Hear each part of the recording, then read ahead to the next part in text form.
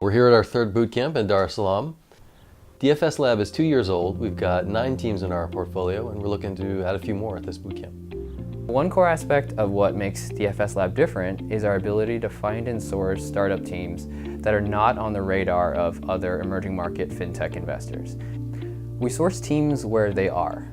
So from entrepreneurs who are finishing their MBAs currently at some of the top institutions in the US and the UK, to those who are still hustling within their own local ecosystems at places like just WhatsApp groups that they operate in. Our goal is always to be the first to work with the next generation of fintech entrepreneurs, creating products that work for the mass market.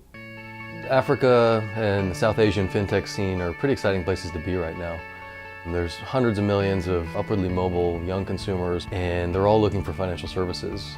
We're seeing a huge amount of activity. We had 700 different teams apply to our accelerator program last year, and we've got the best of them here at the DAR boot camp. The boot camp for us is really a way to develop a deep relationship with the team, a shared vision on what we want to build, where we want to go together, what the strategy is, and start to knit together really a community of some of the best fintech entrepreneurs in the world. One thing that's been interesting with DFS Lab, and especially this process of the sprint, is they've been able to bring a collection of startups together that kind of reflect the trends of the time. And so actually, in working with the DFS Lab, you also get a snapshot view of what's happening in the world.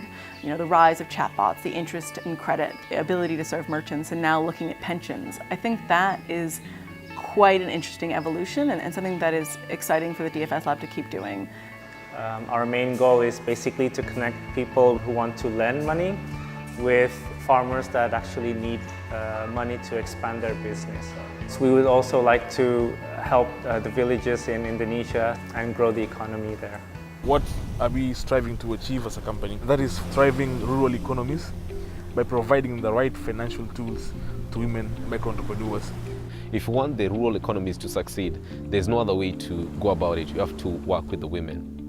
I'm here at DFS Lab as a product voice, from defining a user problem to go to market, experiencing connectivity issues, experiencing like the rough roads and traffic. Number one, it puts you in the mindset of the user you're trying to serve.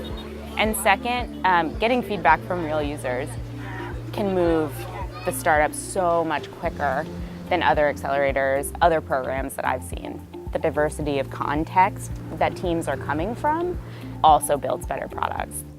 I was a part of Y Combinator earlier this year.